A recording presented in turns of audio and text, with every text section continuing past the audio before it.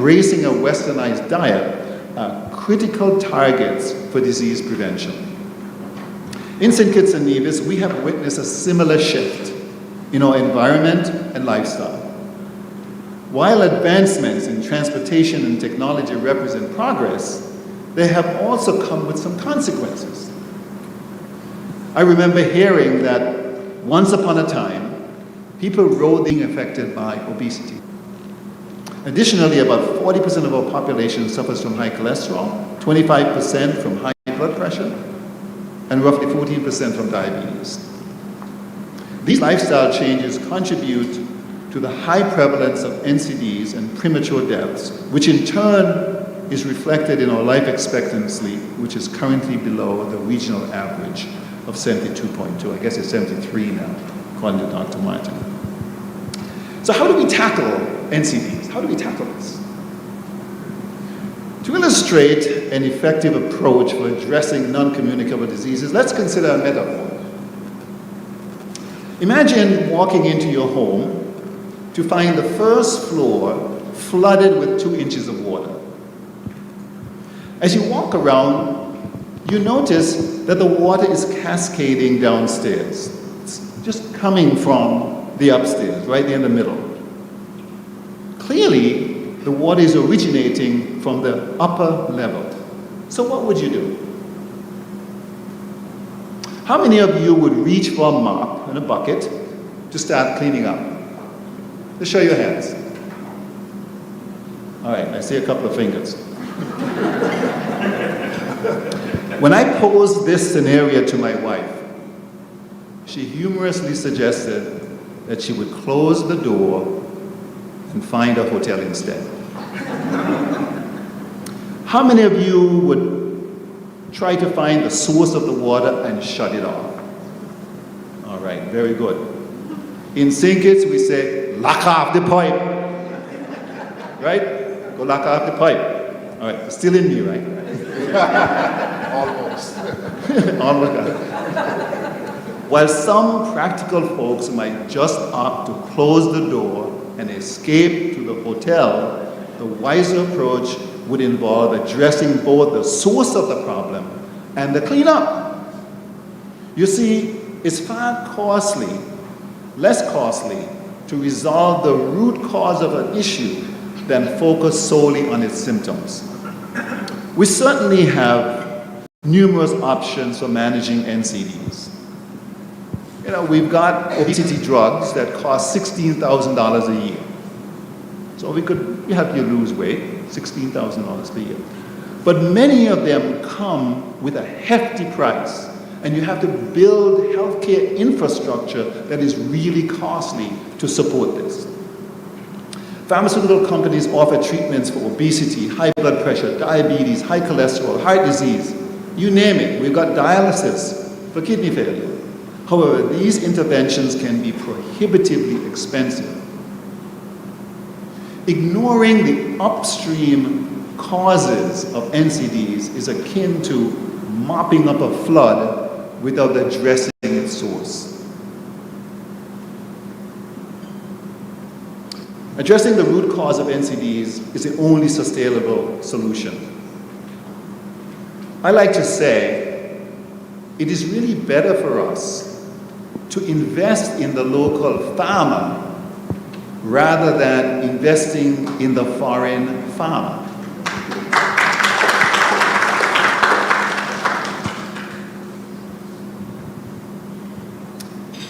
As we consider a framework for combating NCDs, let's reflect on Finland's experience. This is my last story, and coming to the end.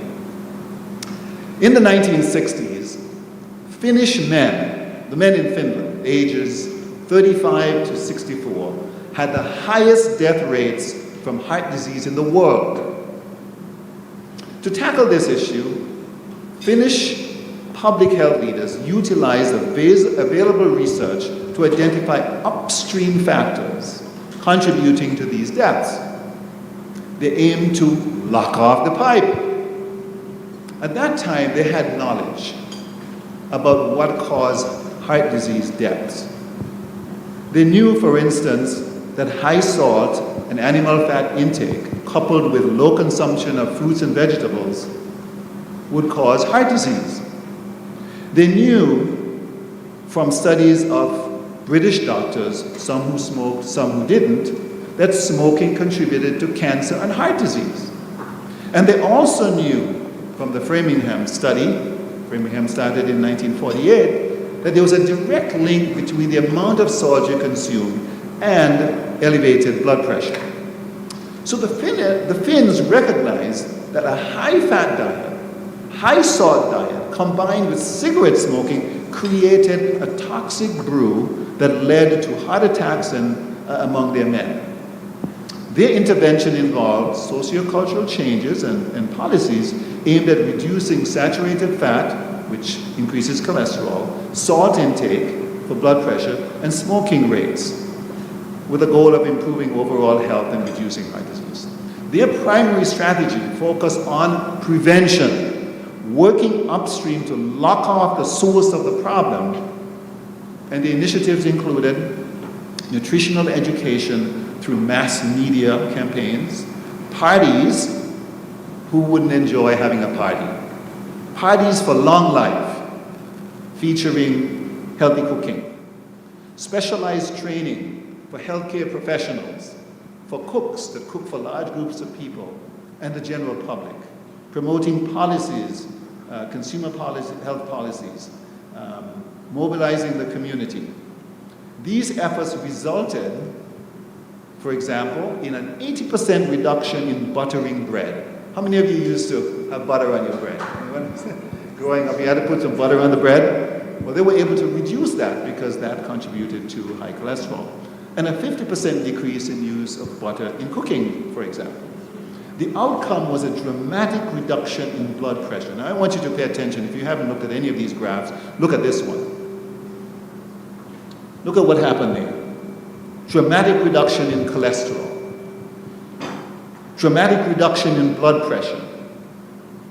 Dramatic reduction in smoking rates. See, you can see this is a man and woman graph, and the smoking among men decreased dramatically. The women were low to start with, and they remained low. The ultimate outcome, remember they were trying to reduce NCDs, specifically heart disease among men, and look at what happened. It just plummeted by 80%. This is really amazing, and it didn't cost that much. They effectively locked off the source of the problem. So now, to reduce, let's bring it home. To reduce NCDs in Saint Kitts and Nevis, we must lock off the pipe.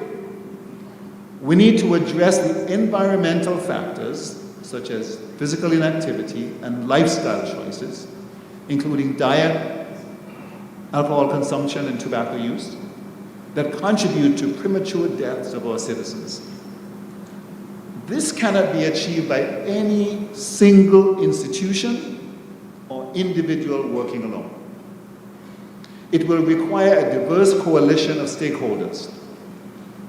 So government regulating tobacco, alcohol, and unhealthy food while promoting health initiatives. Farmers growing the right combination of foods for local consumption. Educational institutions implementing health education programs in schools and colleges from an early age.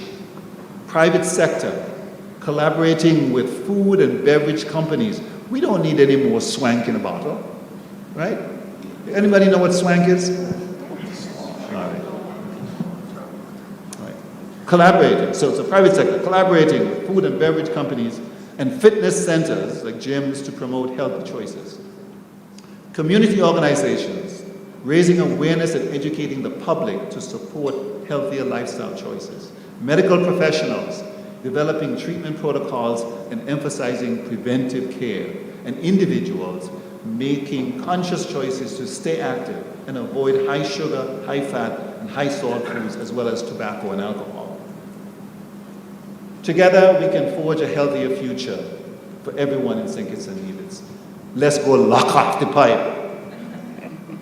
You know, my sister yesterday was asking me whether AI could help with this. I said, no, we don't need artificial intelligence. We need the natural intelligence of all the people of Saint Kitts and Nevis to make this happen. So let's go, lock off the pipe.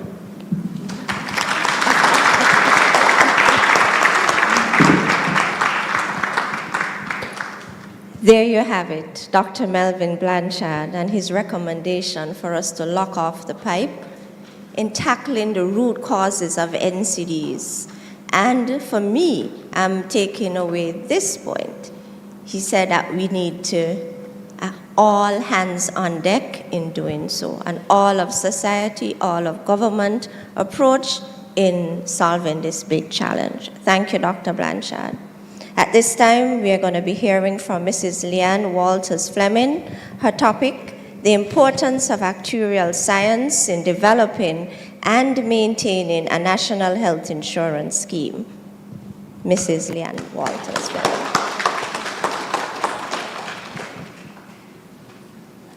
Good morning, everyone. Good morning. Thank you, Dr. Laws, for the introduction. I must admit, when Dr. Laws told me that I would be going third, I thought that's the perfect position. I'm not too early, but I don't have the difficult job of closing out the presentations. But Dr. Martin and Dr. Blanchard both came up here and told you how expensive healthcare is. And now I have the very daunting task of talking about funding healthcare insurance. But it really is a pleasure for me to be here with you today, serving in this capacity amongst what I consider to be an expert panel. And while I may or may not have the answer to all of your questions posed today, I do hope that you leave here feeling a bit more enlightened on the health agenda of our federation. Okay, so today I've been asked to speak to you on national health insurance, or universal health care as it is commonly referred to. Specifically, I'll be sharing insights on the importance of actuarial science in the development and maintenance of a national health insurance initiative. This is hardly a topic that I think can be thoroughly fleshed out in a 15-minute presentation. However, I do hope that I'll be able to pique your interest to, do your own research on this topic and explore its content a little bit more. Now, before we get into the meat of the matter, I do have a couple of housekeeping items that I would like to address.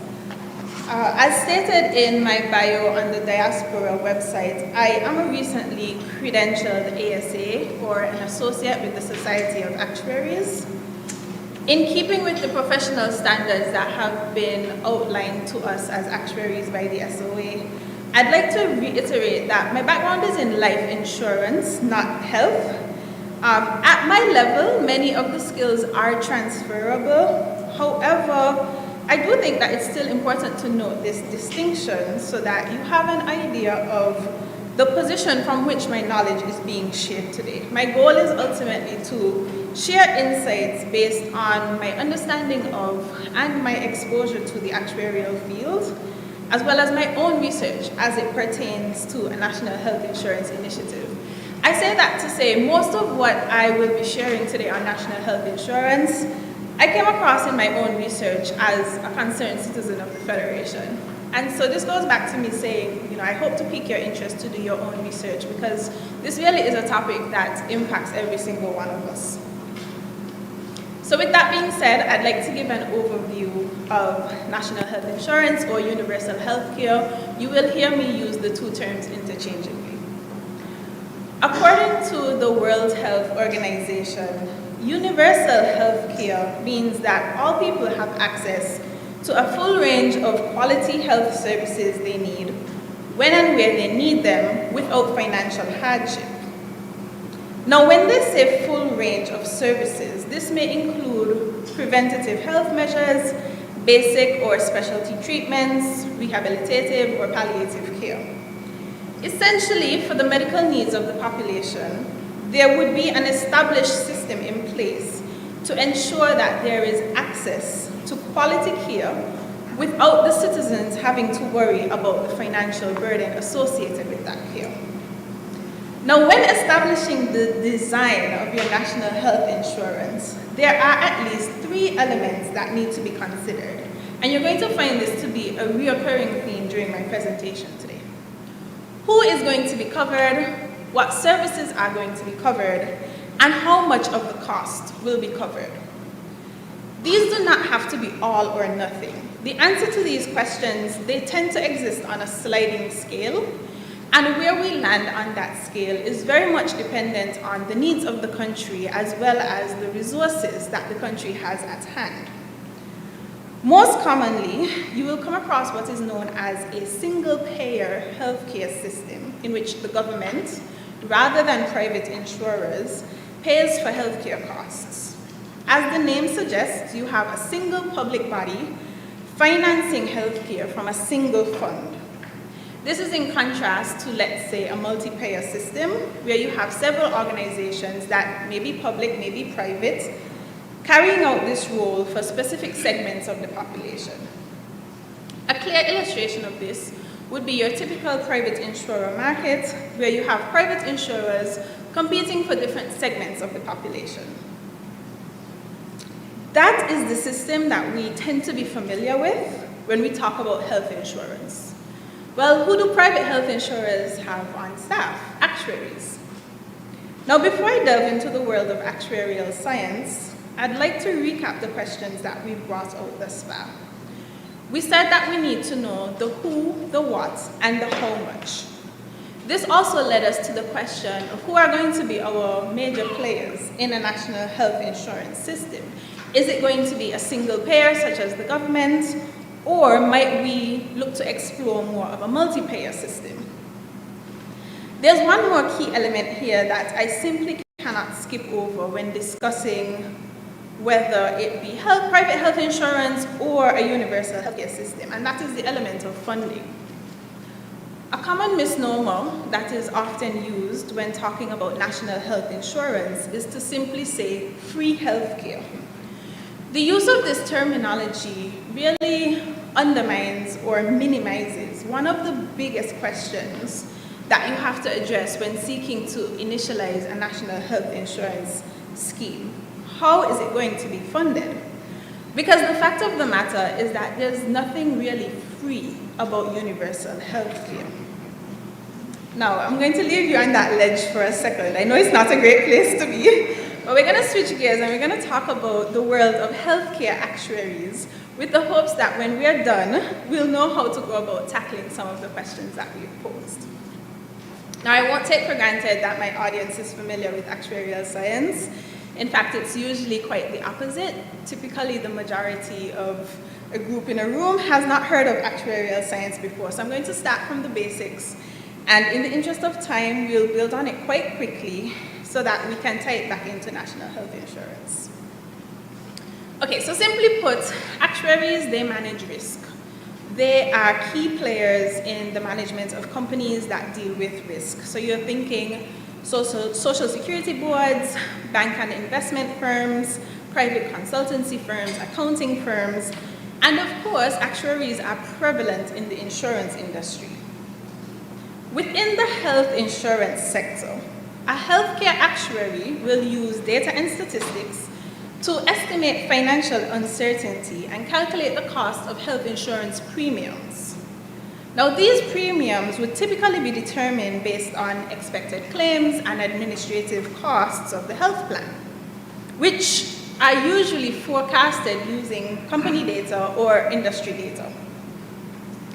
In the context of a national health insurance initiative, particularly if we use the example of a single-payer system, we don't have premiums in the traditional sense. Rather, we have contributions from the population. These contributions are often collected through tax-based financing, as Dr. Martin mentioned, in order to fund the healthcare costs of the nation. So to solve this funding problem in universal healthcare, you must first determine the size of the fund needed in order to have a sustainable national health insurance scheme. Well, how do we go about determining the size of the fund? We're brought back to those original questions that we posed. Who is going to be covered, what services are going to be covered, and how much of the cost is going to be covered. So this is where the actuary comes in.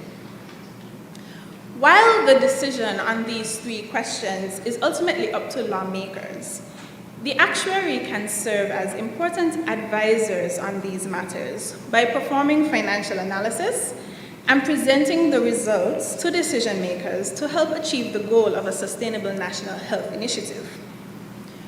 When pricing a new insurance product, actuaries perform extensive financial analysis, often by way of what we call cell-by-cell pricing, where we take several representatives of the population and estimate what their healthcare costs will be over a predetermined horizon. So for instance, we may look at a male, age 35, non-smoker, type 2 diabetes, but no other known pre-existing conditions. And we'll ask the question, what do we expect his healthcare costs to be over the next 5 years? But the answer to that question doesn't just depend on his health status today. It also relies on what we forecast the cost of insulin to be over the next 5 years, his likelihood of developing any of the numerous complications that can arise due to having diabetes, as well as the costs associated with managing those complications. Now imagine repeating this cell-by-cell pricing across the entire makeup of your population in order to aggregate the results and determine necessary funding levels. That is the power of an actuarial model. Now you may be thinking, okay, Leanne, I don't quite think the model has answered the question of who, what, and how much, and I would agree. So we can take that model one step further and perform what we call scenario testing. Actuaries specialize in answering what-if questions that often appear in scenario testing. What if we were to provide healthcare coverage to everyone and cover 100% of all healthcare services? What would our funding needs be? What if we were to provide healthcare coverage to everyone but only cover 80% of costs? What if we were to cover 100% of preventative measures but only 75% of specialty care? By running stochastic models, actuaries can aggregate thousands of scenarios and develop metrics such as risk measures to help quantify these extreme scenarios that can appear. So in removing some of the uncertainty surrounding how much funding is needed, the actuary can help to get decision makers one step closer to determining how the National Health Initiative will be funded. Now, one thing to note here is that actuarial models are not only useful in the initial phases of developing a National Health Insurance Initiative. Even once the fund and the insurance scheme have been set up, you need to then monitor performance to assess how actuals are deviating from expectations. As trends change over time, you can update your models to improve accuracy and better forecast future funding levels, reserving needs, investment returns, even identify weaknesses and vulnerabilities in your plan design. Take it one step further. The collection and analysis of medical records can help you to predict the future health of your population. Now, while actuaries don't have a crystal ball, we do have a unique skill set that allows us to reduce uncertainty around future outcomes and their financial implications. The image of actuaries sitting in a back room, crunching numbers all day, has been replaced with a more collaborative approach where we work alongside lawmakers, senior management, accountants, financial management, and even medical professionals to accomplish objectives. By embedding actuarial science in the development and maintenance of a national health initiative, our federation can get one step closer to achieving an implementation that would be sustainable for generations to come. Now, as I mentioned in my introduction, this is really just the tip of the iceberg in terms of what actuarial science can help to accomplish once we have the suitable data, but I do hope that this gets us thinking in the right direction. Thank you again for the opportunity to share my thoughts today. I do look forward to taking your questions and having meaningful discussion with my fellow panelists as we explore our nation's health agenda.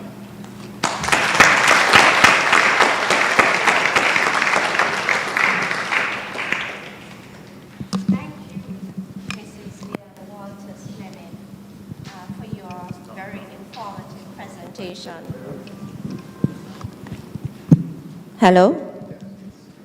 Thank you, Mrs. Fleming, for your very informative presentation. You've walked us through the power of actuarial modeling and scenario testing. Thanks for summarizing the main considerations for the implementation of our own national health insurance scheme. You've underscored the importance of actuarial science and actuaries in the development, implementation, and ongoing management of any insurance scheme. Thank you. We now move on to the fourth presenter, Dr. Aldrin Sweeney. His topic, medical or healthcare technologies in small island developing states. Dr. Sweeney.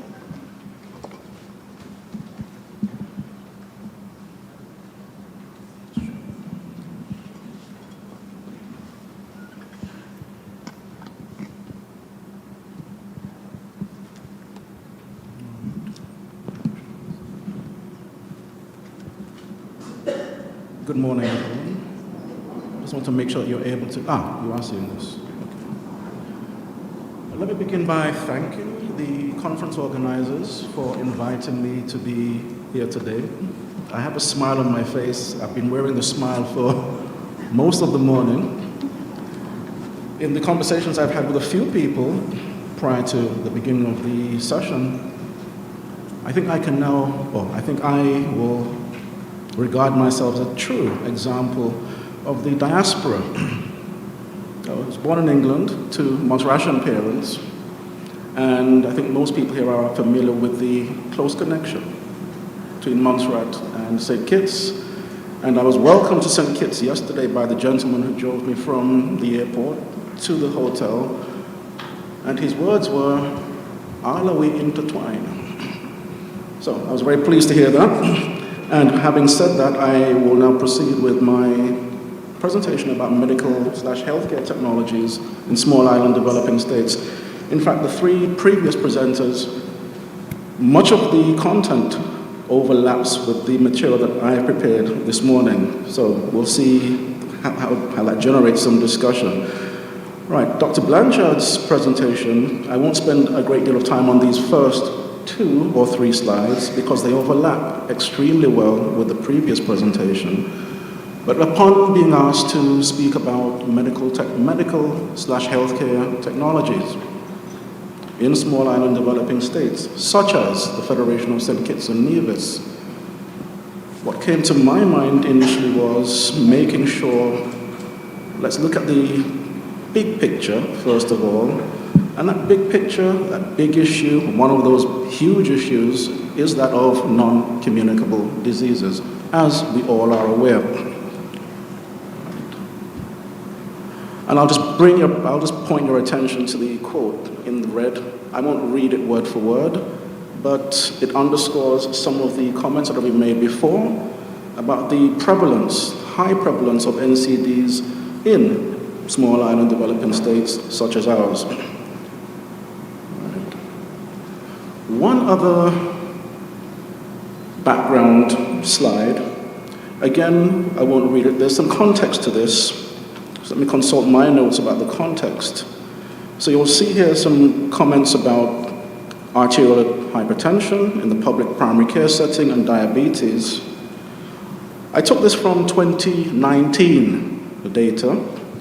2019 data, which indicated that of the population of Saint Kitts and Nevis aged 30 to 79 years of age, of the population aged 30 to 79, 2019 data, 45%, there was a 45% prevalence of hypertension in that age bracket during the time that those particular data were collected. Right, that corresponds with this, that compares with the same data collected globally. So 45% of the population of Saint Kitts and Nevis, aged 30 to 79, a 45% prevalence of hypertension, compared globally with a 33% prevalence. Right. Of those data, from those statistics, these are now extracted. So from those data, in the primary care setting, arterial hypertension, 31, just under a third of men, and just over 2/3 women recorded or documented the arterial hypertension. For diabetes mellitus in the same period, similar statistics, just under a third, 31.5% men, is this on? And just over 2/3, 68.5% women. Are you still hearing me clearly? Yes? Okay, good. Right, now, keeping those statistics, keeping that information in mind, that led me to then think in a more focused way. So what is it that I, in my professional capacity, as a STEM educator, and STEM here being science, technology, engineering, mathematics, medicine, as a STEM educator and a medical education researcher, being my professional background, what is it that I would suggest? And it's not just personal suggestions, but suggestions drawn from the professional literature, suggestions drawn from discussions with colleagues within the CARICOM region, within the region. What would I suggest as appropriate or feasible medical/healthcare technologies at this point in time for Saint Kitts and Nevis? Now, there are, for those who are interested in this topic, which, being biased, I hope at least would be all of us, there's an explosion of medical/healthcare technologies that are now being developed and that are now available. So, for example, I can think of a lab on a chip. I can think of bioengineered tissue, bioengineered organs, nanotechnology being applied to medicine, nanomedicine, and what other things. There are several other advances that are being published, being discussed, being reported, being made available for consumer use almost daily. However, thinking about our region, thinking about where we are in terms of social, economic, etc., development, the suggestions I'd like to make are what I think would be appropriate for more immediate and practical implementation at this time. So you'll see in front of you on the slide that I've prepared, I'll discuss them in a particular order, although that particular order isn't reflected on the way that the slide is. So I'll discuss them in this order: wearable medical devices, telemedicine, or rather telehealth and telemedicine, and then electronic health information systems and electronic medical records.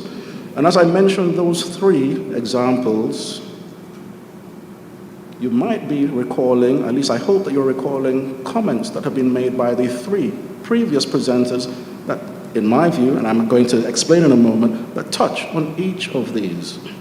So, if you can see clearly, can you see that middle image clearly? Right, not very clearly. Right, I don't know if I will attempt to do that. Maybe that will work. That's a bit better. Right, and all I want to do at this point is just to draw to your attention. It's a graphic I've taken from a particular source, I've linked to the source. It's just a graphic that shows the extent of medical wearable devices that are now publicly available to the consumer. And those, as you can see from head to toe, smart glasses, smart cloth, wearable spirometers, smart watches.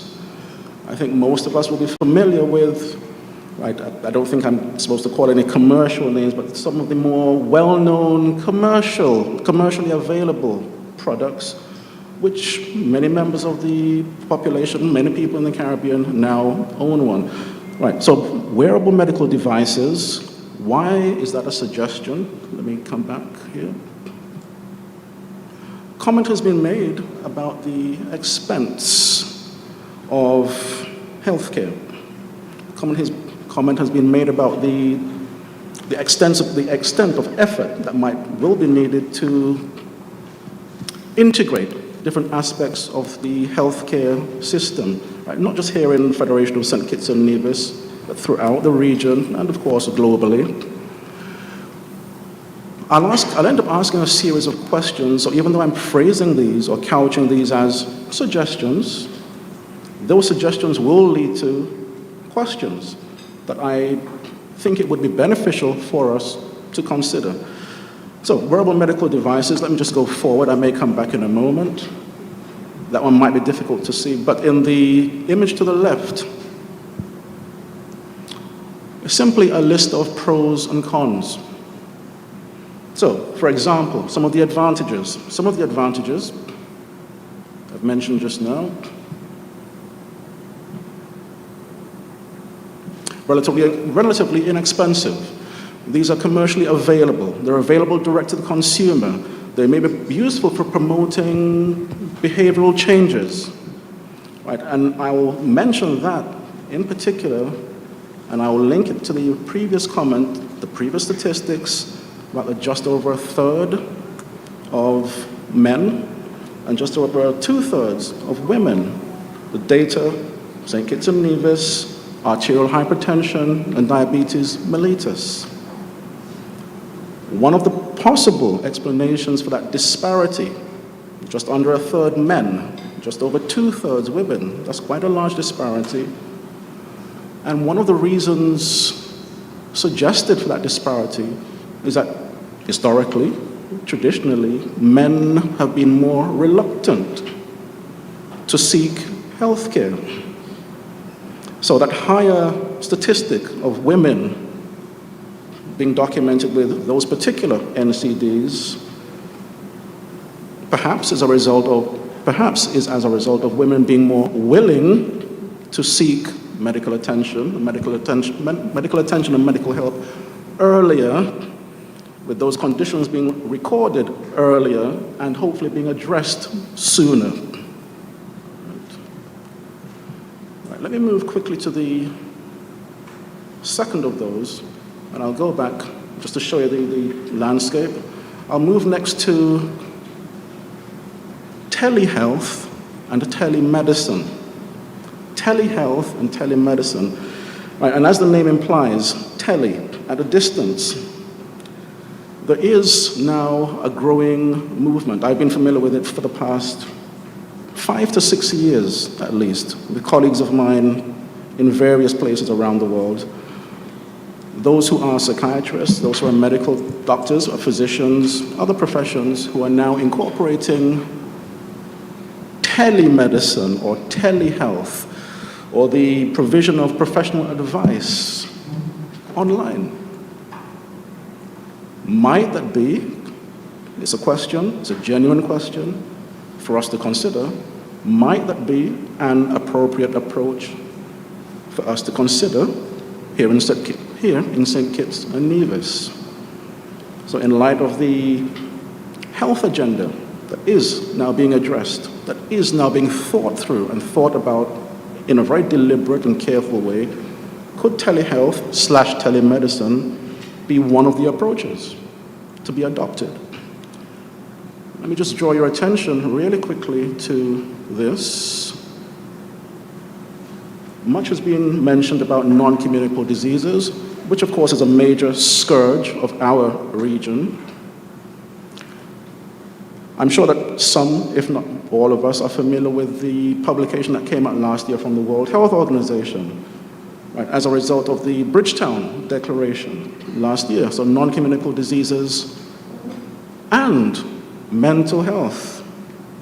Non-communicable diseases correlated with, linked to, connected with mental health in small island developing states.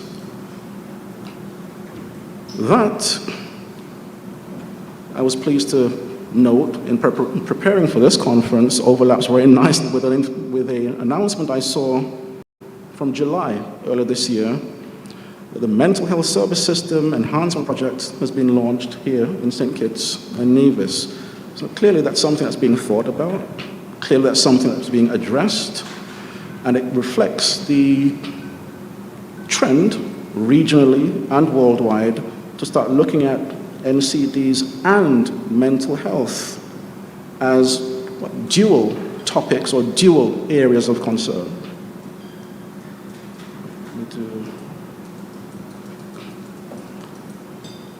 The last comment, or the last example that I'll mention, and there's much more that can be said here. The previous speaker spoke about healthcare insurance and how that figures into, or ought to figure into, the broader thinking in developing policy. And mention was made about electronic health record systems. Right? Another suggestion that might be considered here in Saint Kitts and Nevis, but questions do need to be addressed. What are the pros? What are the cons? What are the advantages of collating, combining, making sure that there is a smooth flow of medical and health information nationally, and access to that information? Who controls access to that information, and so forth? The IDB, the Inter-American Development Bank, published a document. It's a fairly good-sized document back in 2020. The reference is there for those who wish to follow up. And 8 recommendations were provided by the IDB for Latin America and the Latin America and Caribbean region, in terms of these are some very strong suggestions, some very strong recommendations that ought to be considered within our region for those systems, those nations that are thinking about moving in this direction. The very last slide that I've prepared, and once again I smile to myself, particularly at the end of Dr. Blanchard's presentation, when you made the comment about your sister asking about artificial intelligence, and your response was, well, no, we need natural human intelligence. Agreed. However, I also might respectfully add that I think in this day and time, this day and age, it will be very difficult to avoid the almost ubiquitous use of AI now in every facet, every aspect of our lives. AI is now making tremendous inroads into, again, I would say all aspects of medical/healthcare, medicine and healthcare, and medical and healthcare technology. As with all things, there are pros and there are cons. There are advantages and there are disadvantages. As a nation state, the Federation of Saint Kitts and Nevis, moving ahead boldly in this direction, again, questions will need to be posed. Questions will need to be considered. Is this the direction in which we choose or wish to proceed? And if so, then how? There's one other comment that I think I'll miss it. I'll come back to it if questions allow me to return to it.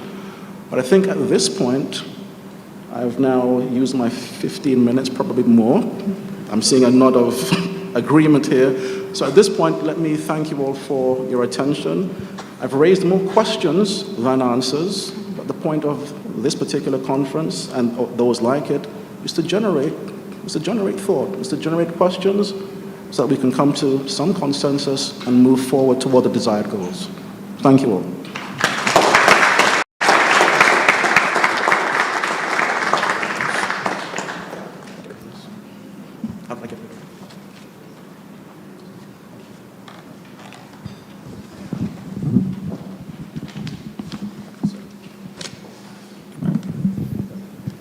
Thank you, Dr. Sweeney, for your very insightful presentation on medical and healthcare technologies. You've brought to our attention the expanding number of wearable medical devices, the importance of telemedicine and telehealth in improving our mental health care services, and the need for an appropriate electronic health information system, and of course, electronic medical records. All of these recommendations can help us improve clinical efficiency and the quality of health care. Thank you. So we want to say thanks. Join me in giving a round of applause to our 4 panelists.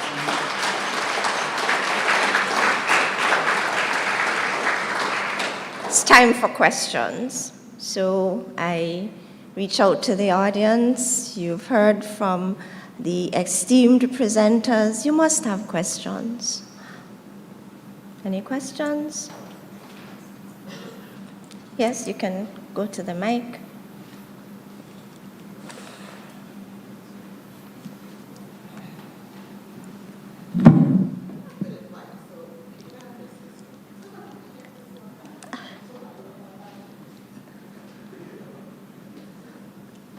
You want to use my mic? Oh. Here, you could use this one. This one is yours.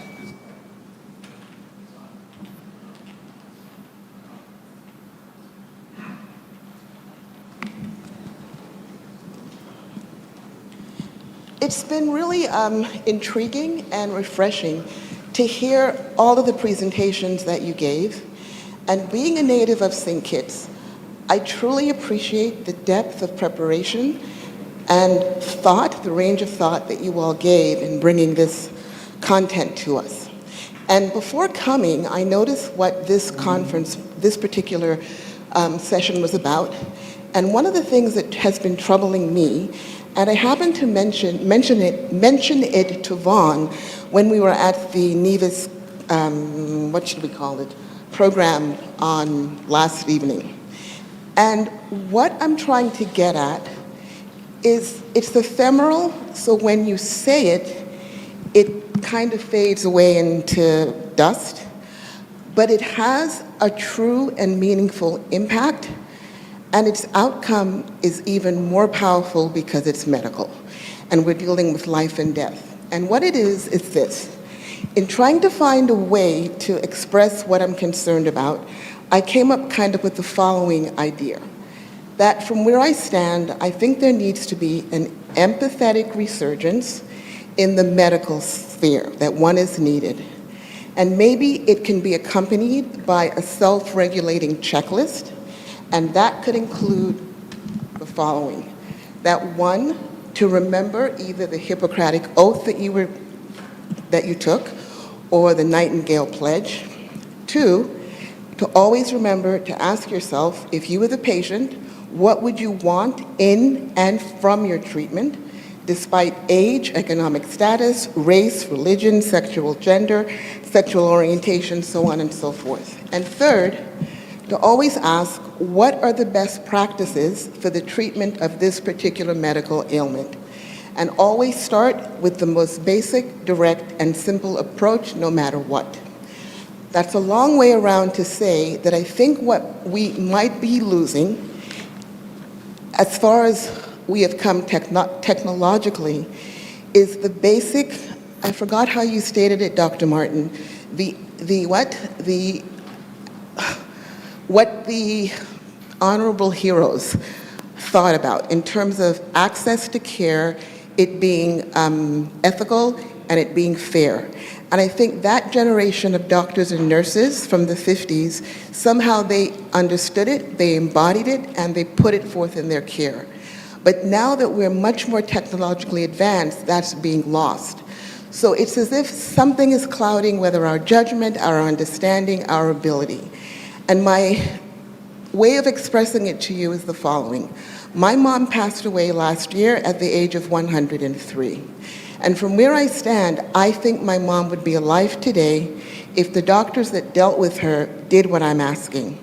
And what happened was the following. I live now in New York, in the borough of Manhattan, and so the closest hospital to where I am is a city hospital. I won't give the name. I did not want to take her there. I was forced to. And when I got there, the care that was provided elicited the following. Your mom has a urinary tract infection. She'll be treated intravenously with antibiotics, and then she was taken upstairs. When she was taken upstairs, the intern who came, his bedside manner, his knowledge was deep, and I was kind of impressed. He began to say, to tell me what was wrong with my mom. He backed up, he said, no, tell me what is wrong from where you stand.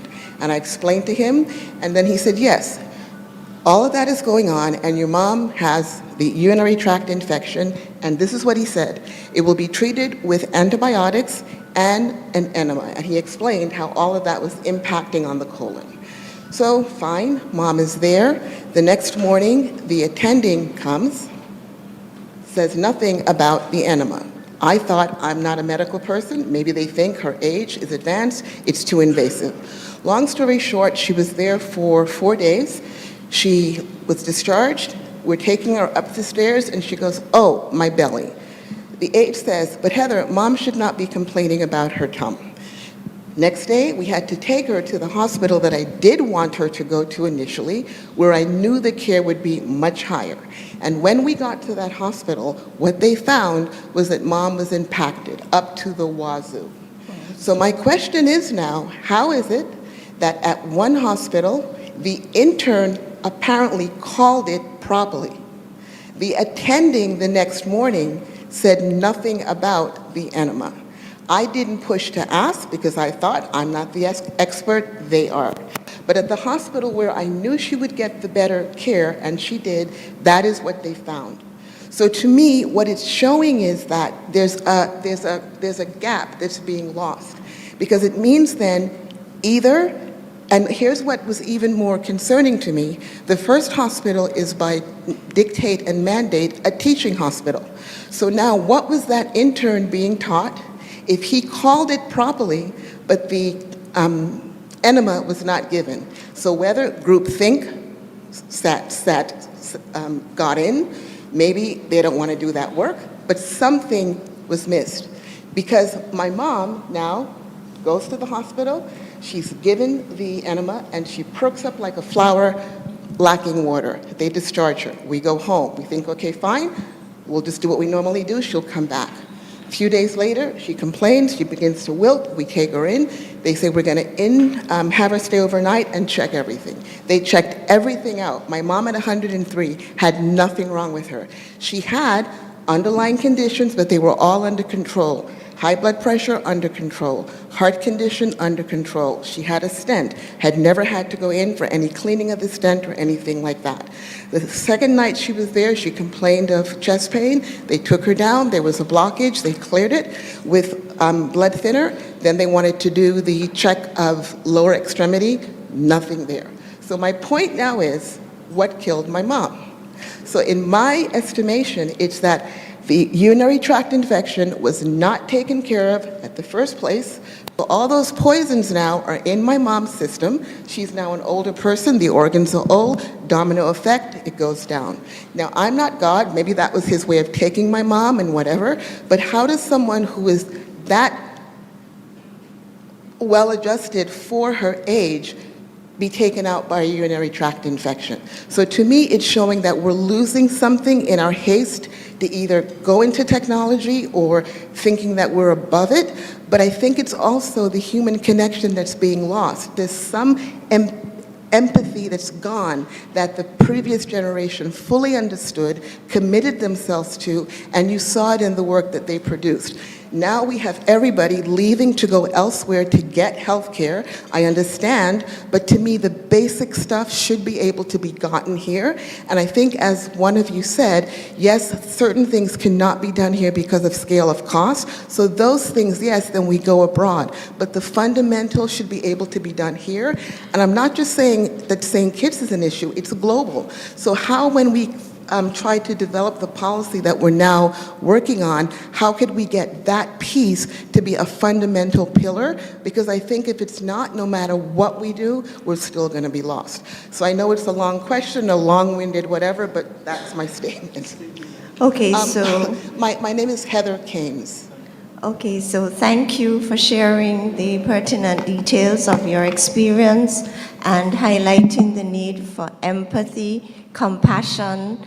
You also referred to the need for our maintaining that patient-centered approach when we are delivering care. So now I'll reach out to the panelists. Let's see who want to make any comments. Yes.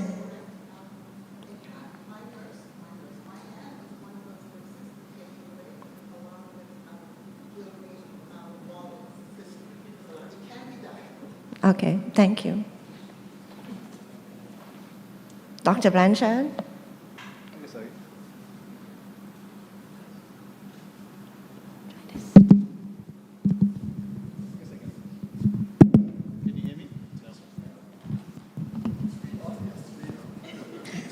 Third mic.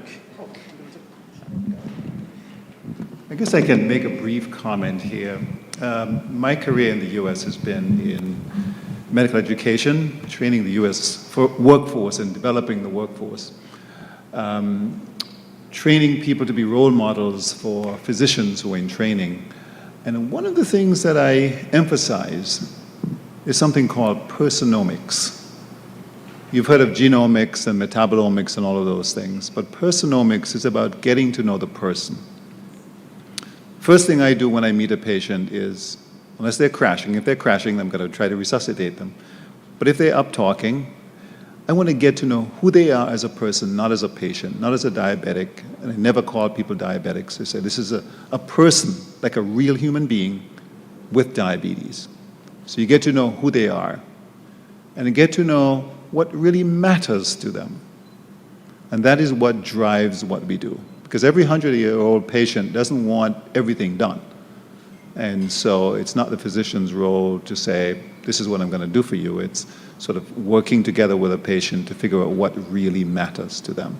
So I think that's sort of the main message. Any other comments from the panelists? Dr. Martin?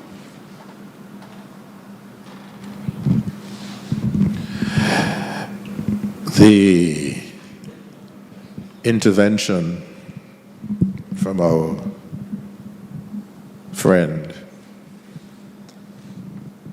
was about telling your story. And this is an aspect of medical care, particularly in institutions, which is live in Saint Kitts and Nevis.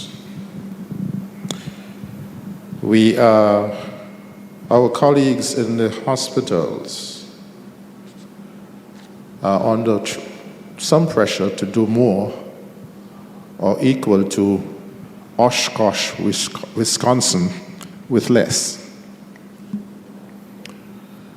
But those of us with gray hair, like Dr. Blanchard, and and Dr. Laws, keep emphasizing that you can arrive at a diagnosis with good history and physical 99% of the time. If you need a test, it really means you're dealing with something complex, and you probably need another 3 or 4 pairs of eyes, a team approach to that patient. But that is how I was raised in the United States in the 1980s when I was trained, Howard University, College of Medicine, and Jackson Memorial Hospital in Miami, a public hospital, as a pediatrician. The pressure to import the latest bell and whistle is huge. And that pressure is the major cost inflation factor for Saint Kitts and Nevis in terms of healthcare. Fortunately, we have started having a conversation about balancing that. We recently had a retreat where, for the first time in history, leaders and managers in the Ministry of Health sat down and heard from people from the community about our strengths, weaknesses, and otherwise. It was a compelling experience, and we're going to continue using that. Sorry to hear about your mom. The pandemic was the latest lesson for a return to an emphasis on empathy and compassion. By the way, our community health services, the health centers, where people go for screening and counseling, get very, very high marks in terms of empathy and compassion. I'm told we are out of time. Do you have a question? Yes. Okay, go right ahead. Mr. Vaughn, he's out of the room. So. Okay, I have a very quick just comment and question that I want to leave. My name is Dr. Camila Mukmano-Segura. I'm an American clinical psychologist with Navitian Roots, and I specialize in oppression and trauma and community well-being. So what I want to sort of respond to with the first presentation is that I appreciate the solution-oriented sort of nature of the conversation, and would also invite us to consider the lingering impact of enslavement, of colonization, of the extraction, right, due to imperialism, on the psyche of the people. So when we're thinking about how we address the real challenges that we face and that you've all shared beautifully this morning, we also think about how we can deepen the critical consciousness of our communities so that we understand the systemic nature of white supremacy, of colonization, of the marginalization that contributes, right? When you were talking about the example of the Pima Indians, right, and being moved to a reservation, all of that, right, is stemming from the genocide of the Native people in the United States, and then of their continued marginalization. So when we're considering sort of the short-term needs and solutions, that we think about how can we address some of the internalized sense of inferiority, right? That did we somehow cause these problems once we gained independence, but that we think about how we can facilitate a greater sense of agency and self-determination when we understand what the underlying cause and roots are that are stemming from those systemic forces like white supremacy and capitalism. Thank you. Okay, thank you for your comments.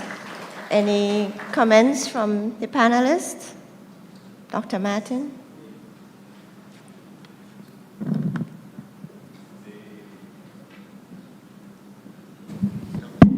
Thank you. We are being called again in the region, Caribbean region, to focus on the social determinants of health. The Caribbean region is very active in its advocacy for reparations. But one more thing we have to deal with, and we need the help from the diaspora. The predatory marketing of unhealthy food and beverages is killing us. We need you to, I almost said kick down, lobby Washington, D.C., Capitol Hill, Parliament Hill in Canada, and number 10 Downing Street, etc. Because we cannot lock off the pipe by ourselves. People are deliberately marketing things to develop a certain consumption mindset, and that is our biggest challenge. Okay, so we are out of time, and I'll consider your last statement, your closing statement, Dr. Martin. Is that okay? Suffice it to say that I said something about per capita income. Let me correct.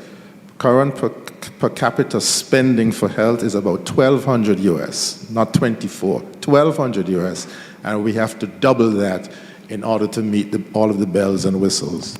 Okay, so thank you, Dr. Martin, for your closing remarks. Dr. Sweeney, yours. My closing remark is actually a repeat of something that was mentioned earlier. It's just one of the statistics I had planned to mention. Dr. Martin mentioned it earlier, that earlier this year, Saint Kitts and Nevis, the report was made that Saint Kitts and Nevis now ranks #1 in the CARICOM region in terms of human development. I think that's something very laudable. I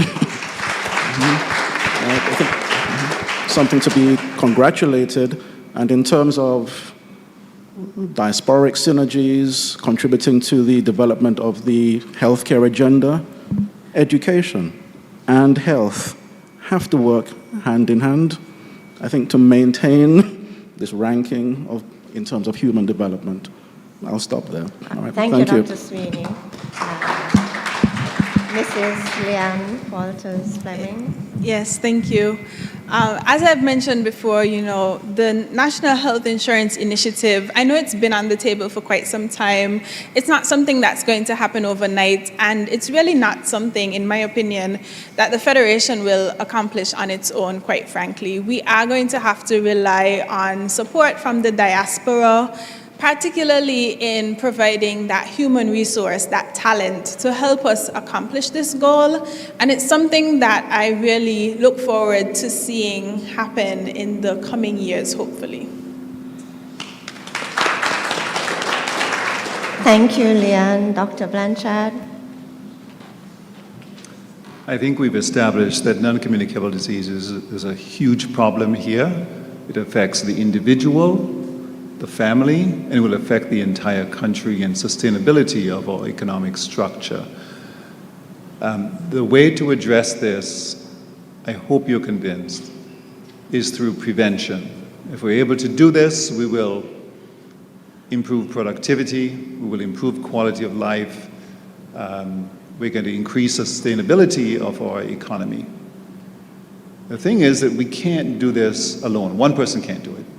We've got to work together. And I outlined we need government, we need the private sector, community organizations. And now I'm hearing we need the diaspora to join in to help lock off the pipe, right? So let's all do that together. So ladies and gentlemen, we've come to the end of this panel discussion. We want to say a big thank you to our 4 panelists, and I also want to thank you, the audience, for contributing to making it a success. We've gathered a lot of recommendations as to how we can improve and strengthen our national health system, but in closing, I want to use this opportunity to reach out to the members in the diaspora who are willing and able to partner with the Ministry of Health so that we can make this happen, such that we can deliver that acceptable quality of care to our people, such that they can achieve that highest level of health and wellness to contribute to the economy. Thank you. Thank you.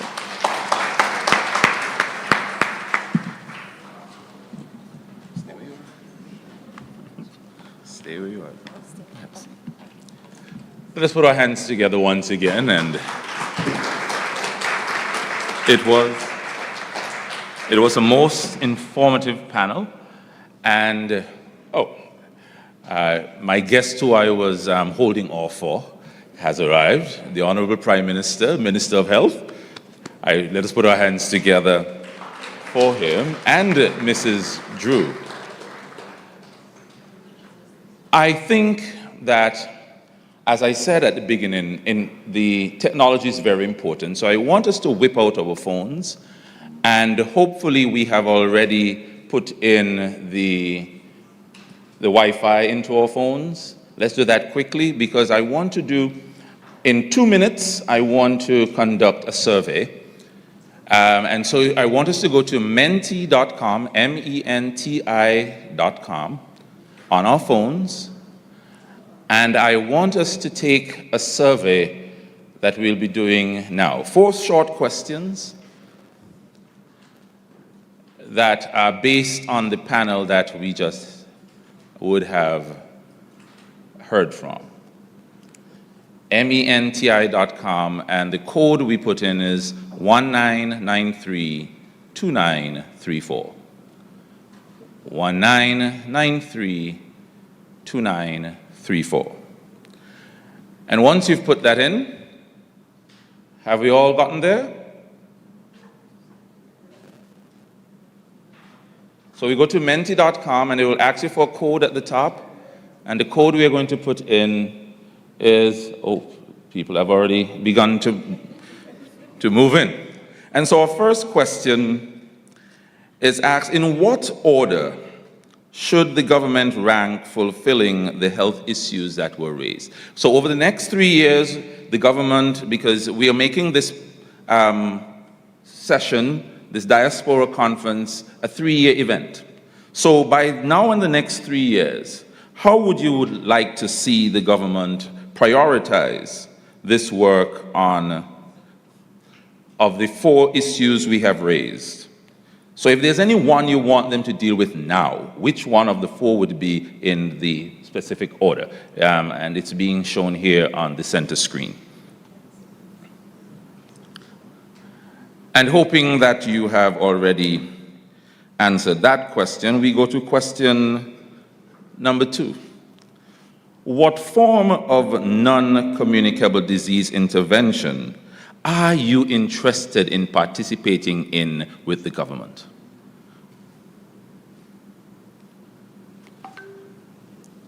So which one would you choose to get involved in, whether with your diaspora group or with any group you'd want to join with, to make sure that we are able to fight the scourge of non-communicable diseases? And so there's some fast movement here. Well, we want to get involved with all of them jointly, it appears. Oh, the text below are food production and healthy eating, that's the blue. Exercise and active lifestyle. And the third, which is the red, is mental health and stress reduction. So what forms of intervention would you want to get involved in? Because this will help us in the unit to shape our work along with you in how we will have our interventions going forward. Question number 3. What priority areas of the national health policy would you want the state to optimize over the next 3 years? And our options are expansion of services at health centers, increased education and awareness, financing of specialized care, and technology. What is it that you think would be, what priority area of the national health policy you want to see involved in that policy so that the diaspora can work well towards assisting? And the votes are coming in, and I want those at home to know you can participate as well. Even those online can participate in this survey as well. And the votes are coming in. Look like we have done that. And then our final question. How should Saint Kitts and Nevis best finance its national health insurance? Do you think it should be contribution from nationals, from taxation, or a combination of contributions and taxation? Is that the hybrid approach?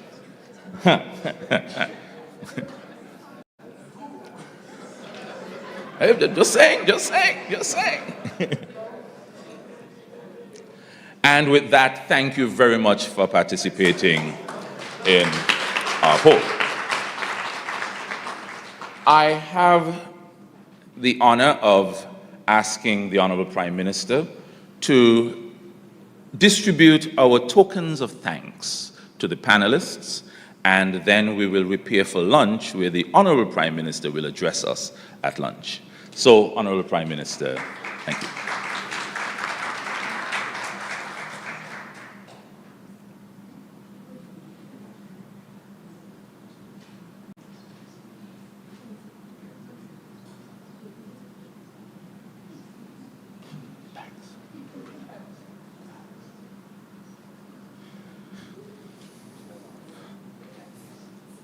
to say something? You're going to say it now? Yeah, I'll speak. Okay, good. Okay. And then you want me let me give them out, and then I'll speak. Okay. Yes. So, stand in the middle, Mr. Prime Minister.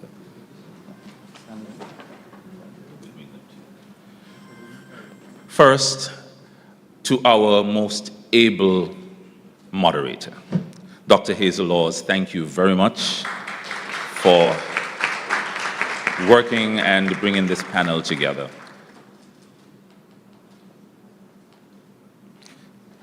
Secondly, Dr. Melvin Blanchard from St. Peters.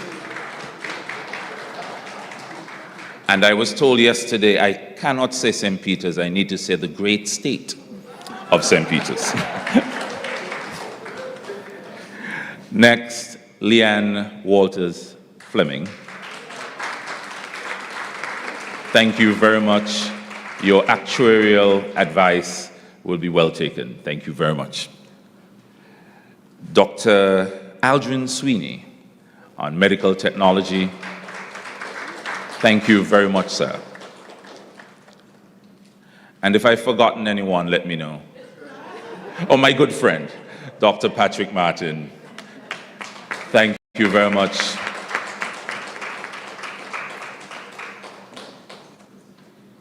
And so this brings to a close our first, yes.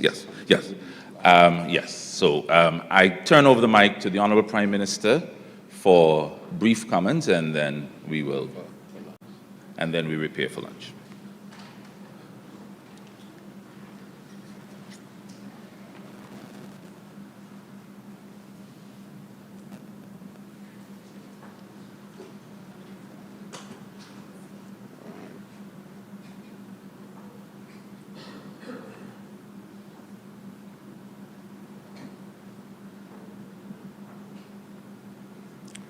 All right, good afternoon to all. I hope I'm not delaying your lunch, but I don't intend to speak too long, but really to speak now so that you can have a lunch free of disturbance. In addition to that, it's National Heroes Day, and I have a number of other activities, so then I'll be able to get to St. Paul's on time, where we have another activity there recognizing all of our national heroes. So before I get into it, let me wish all of you a National Heroes Day.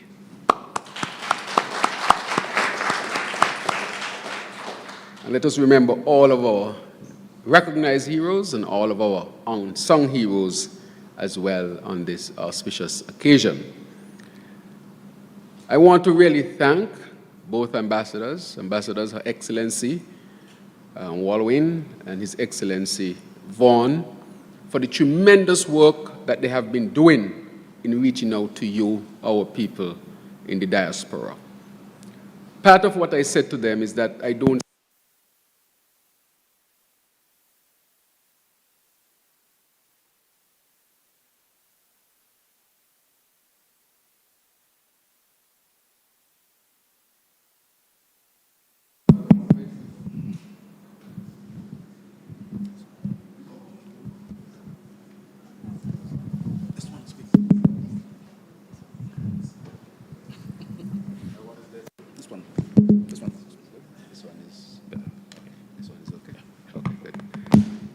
All right, we are back on.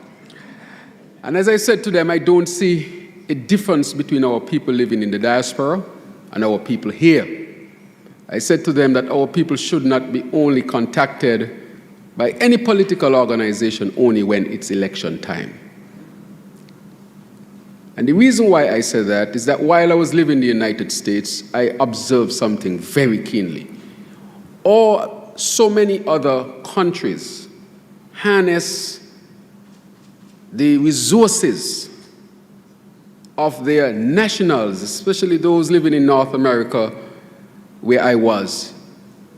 And those resources that they harness, they can be tangible, intangible, whatever they are, and they leverage them for the betterment and the upliftment of their home country, where the navel string berry, as we say in Saint Kitts and Nevis. Why is it one has to believe that he or she or they must live in Saint Kitts or Nevis in order to contribute. Sometimes the talent may take you overseas, but that does not mean at the same time you cannot contribute to your home. And so therefore we have started a number of things. One, that the ambassador needs to visit the major areas where our people are, and I know they have visited North America, UK, and even in the Caribbean. You have met them. They have discussed with you. And the other thing that we did that was major is that we started a Diaspora digest, so that you can have information geared directly to you and for you. And in that, you would also see where we highlight our people living in the diaspora contributing significantly to national development. I think at one point we had Estridge from Canada, who contributed a significant amount of dialysis machines, plus free training for our technicians here. Put your hands together for him. That's a significant contribution, and he does not live here in Saint Kitts and Nevis. I use him as an example, and if I know you are contributing and did not say it at this time, it is just because time will not permit me. But many of you are doing the same thing. For example, Blanchard, Dr. Blanchard here. I see him from time to time presenting to our people on matters of health from where he is in the United States, reaching our people here. And you said that we should do more education, and he's already involved in that. And he doesn't have to travel to Saint Kitts and Nevis to contribute in that way. Yes, he's making a significant contribution. Dr. Amory, for example, who comes and he does the colonoscopies and the endoscopies. He leaves Columbia University and he comes down and he does that at a very reasonable cost that our people can afford, and get his competence and his specialty here in Saint Kitts and Nevis. And he just comes for a short period and then he goes back. So I want us to see ourselves always as Nevisians and Kittitians, that no matter where we are in the world, we can stay connected and we can contribute. And so your contribution is welcome. The other thing that I've done, I've said to them that in the past, for various reasons, not really decrying what took place, but I said, I recognize that we have a lot of great talent outside of Saint Kitts and Nevis. I told people all the time, whatever we need in terms of human resource, a Kittitian somewhere has it. I'm convinced. It's a fact. So when we started to look for special envoys, I started to appoint Kittitians and Nevisians who live overseas. Instead of looking for non-nationals, I look for nationals who are living overseas, or citizens who are living overseas. For example, Dr. Frank Laws, who is helping us to build out our health, and we are about to embark on a cardiac program. He's just one of them living overseas, who is a special envoy for health for us. For example, you had Dr. Hadia Claxton, who just spoke at our lecture series. And then we also had His Excellency Calvin St. Just, who is now going to be working at our CIU. And so I've said we need to engage more of our people, that wherever they are and the contacts that they have, that they can use that also in service to their country. I do not have to necessarily look for somebody else from a different nationality. Not that I have a problem with that, because I have done that. But I need to search among you, because I know it exists. And so I will say to them, whatever we need, put it on the site. And I'm sure there's a Kittitian who can do that. You know, we have brought home a number of people, for example, Dr. Lionel Rollins in security matters. And as I just said, Calvin, who has returned to help us to, brand our CIU. And then in addition to that, the 3 speakers that I have had for the lecture series, all 3 have been Kittitians and Nevisians, right here from the Federation. The first one was Tao Batis.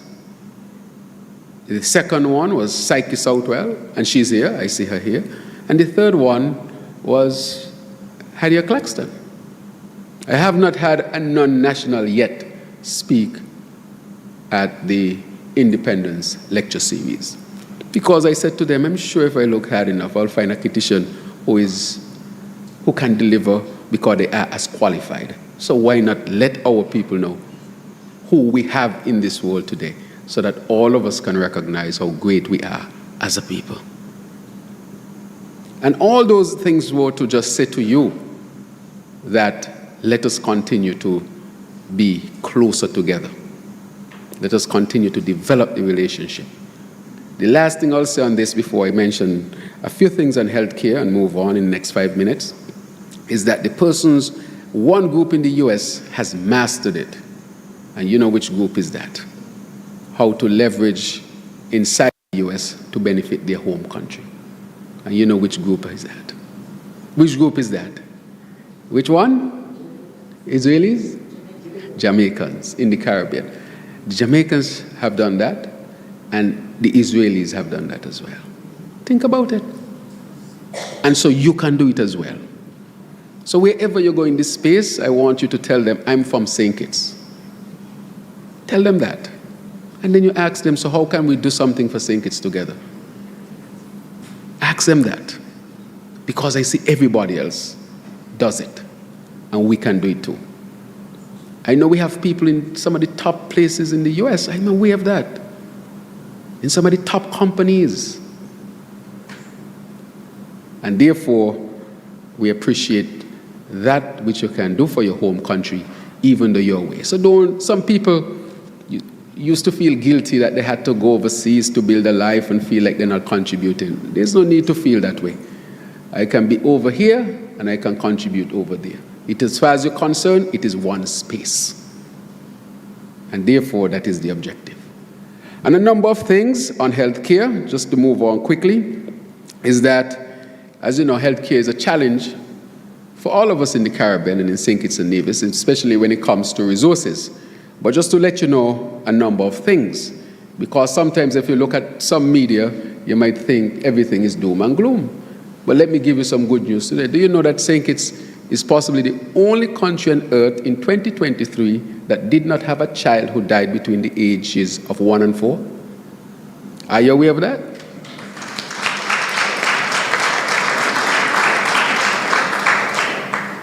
So it was safer to have a child in Saint Kitts and Nevis in 2023 than almost any other country on earth, even in the US, on average. Do you know that Saint Kitts and Nevis has possibly the highest vaccination rate in the world? That's a major achievement. The CMO is here. I remember after COVID, yes. We had to take a bus. We got a bus, collaborated with PAHO, branded it, and we went out looking for the children. The CMO is here, and she helped to lead on that. And found the children and vaccinated them. So when you go to the pediatric ward at the hospital, it's mainly empty. Dr. Patrick Martin is here. He would always say, it's empty for 2 reasons. He said the civil engineers, drainage, hygiene, and vaccination. Go there, it's empty. No pediatrician can really make it in private practice good in Saint Kitts and Nevis. Ask him.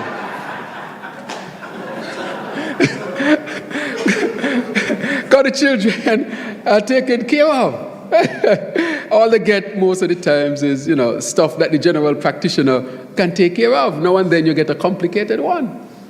And then we created a fund out of the Prime Minister's office that is geared towards just funding children who have to travel overseas necessarily to receive life-saving medical care. Ask Dr. Martin, every time he encounters one of these children or somebody says something, he just texts me, this mother is going to come to you. So they don't have to walk around with a sponsor sheet anymore. It's done. So I just wanted to do that. We have made the most investment in terms of money in the hospital since it was built, ever, between these last 1.5 years. That's a fact.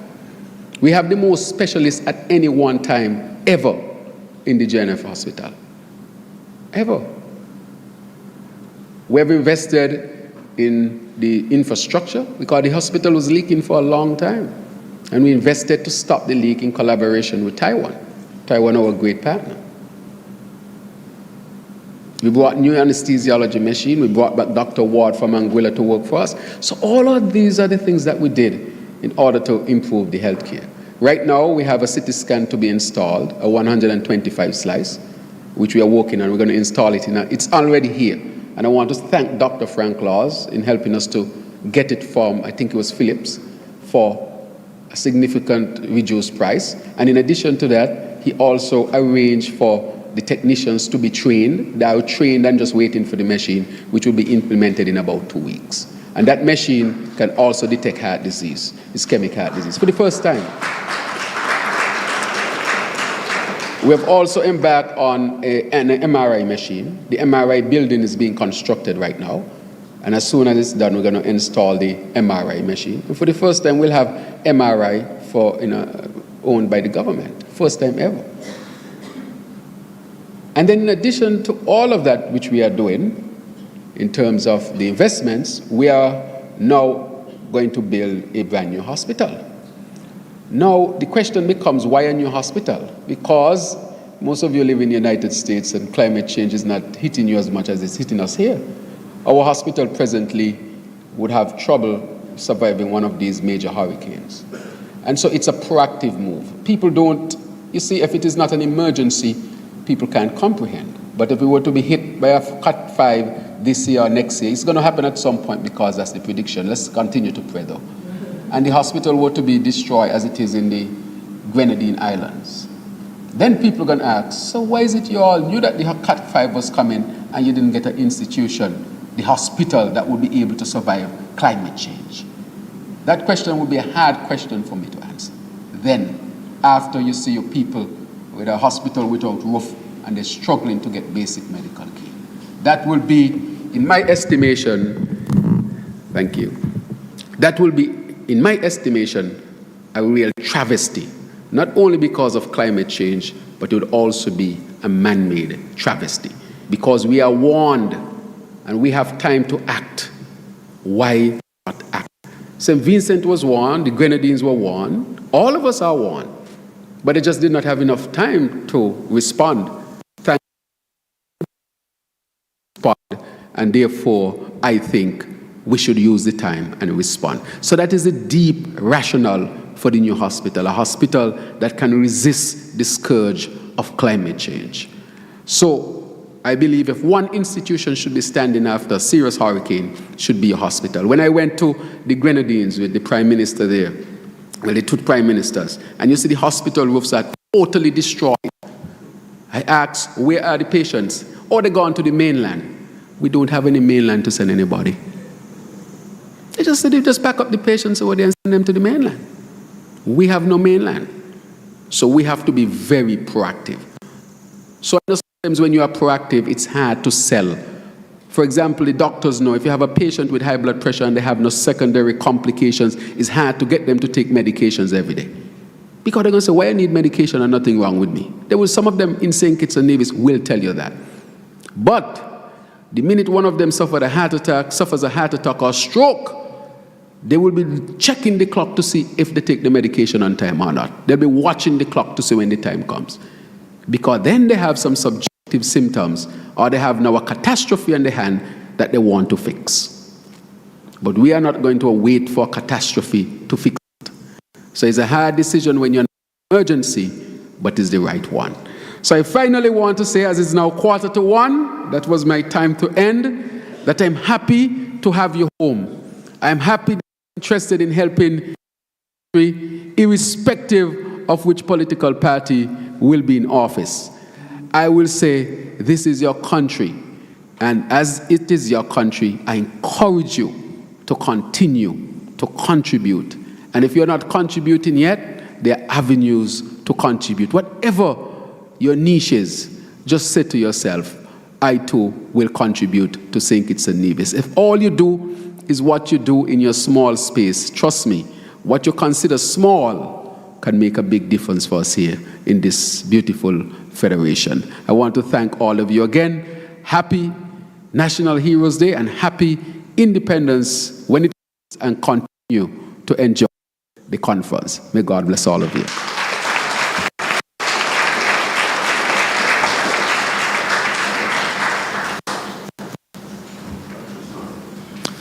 Thank you very much. Let us put our hands together once again for the Honorable Prime Minister. And I will not keep us back. Lunch is prepared in the Sabre Room. Let us go and enjoy. We will resume at 2:45 on the dot. You will see on the monitors a countdown clock to remind us so that we can be back on time. Thank you very much.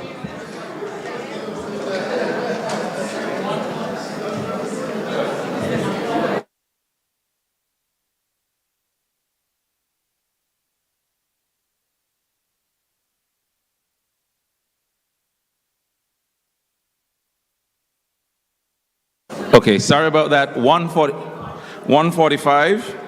Yes, because that's the time that session should be finished, actually. But we resume at 1:45 in 59 minutes and 9 seconds. Thank you.